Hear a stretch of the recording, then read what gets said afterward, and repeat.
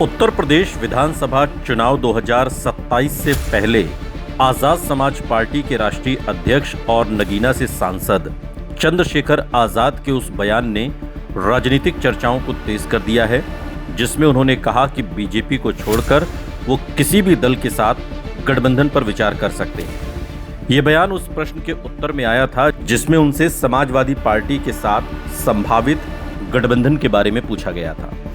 इसके बाद राजनीतिक विश्लेषकों के बीच ये चर्चा शुरू हो गई कि यदि भविष्य में समाजवादी पार्टी, कांग्रेस और आजाद समाज पार्टी के बीच गठबंधन की बातचीत होती है तो चंद्रशेखर आजाद की प्राथमिक मांगें क्या हो सकती हैं। समाजवादी पार्टी उन्हें कितनी राजनीतिक हिस्सेदारी देने को तैयार हो सकती है और इस संभावित गठबंधन का उत्तर प्रदेश की चुनावी राजनीति पर क्या प्रभाव पड़ सकता है। यदि चंद्रशेखर आजाद गठबंधन वार्ता की मेज पर बैठते हैं, बातचीत के टेबल पर आते हैं, तो उनकी पहली प्राथमिकता केवल सीटों की संख्या नहीं बल्कि राजनीतिक सम्मान और दीर्घकालिक साझेदारी हो सकती है।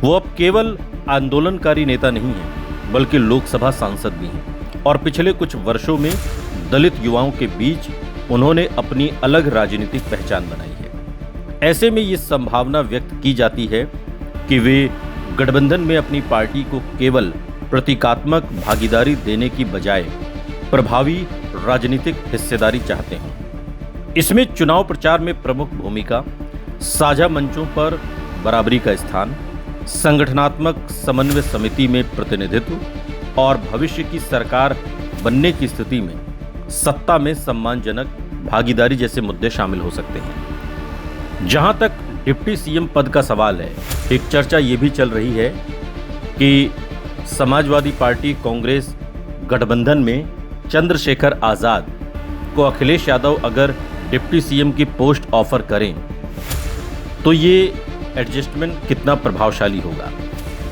तो जहां तक डिप्टी सीएम के पद का सवाल है, इस संबंध में चंद्रशेखर आजाद की ओर से कोई सार्वजनिक मांग नहीं सामने आई है, इसलिए ये कहना कि वो निश्चित रूप से डिप्टी सीएम पद की मांग करेंगे ये तथ्यात्मक रूप से सही नहीं है और अभी ये कहना जल्दबाजी होगा। हालांकि भारतीय राजनीति में कई बार गठबंधन वार्ताओं के दौरान बड़े पदों पर चर्चा होती है।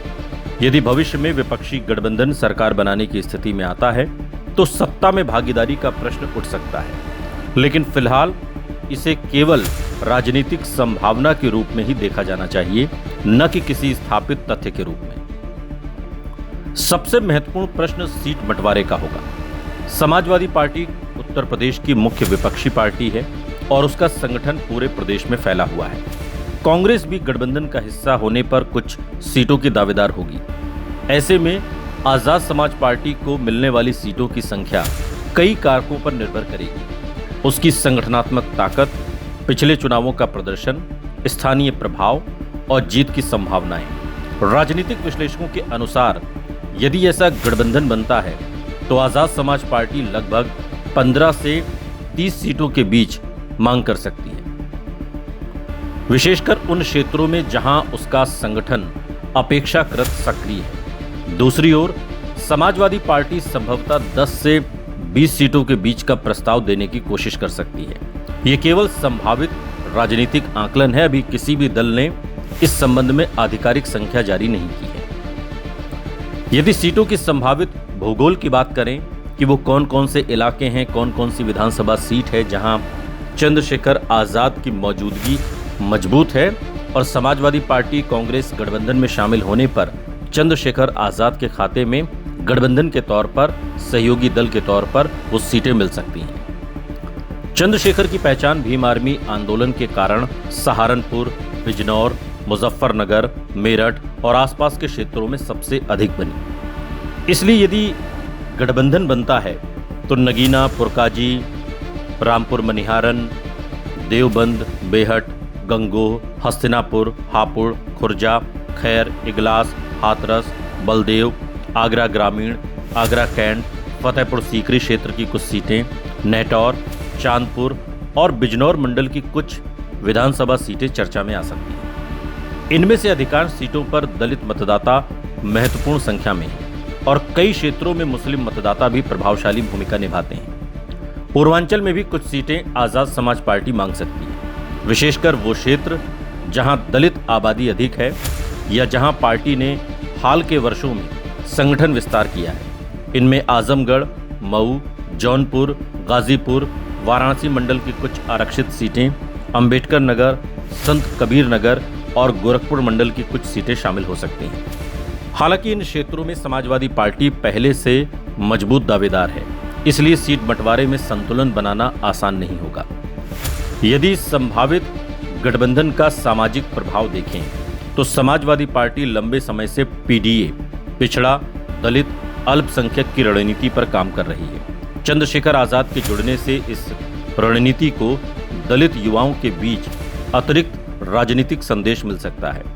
पश्चिमी उत्तर प्रदेश में जहां यादव, मुस्लिम और दलित मतदाताओं की संयुक्त संख्या कई सीटों पर प्रभावशाली है, वहां विपक्षी वोटों का बिखराव कम होने की संभावना बन सकती है।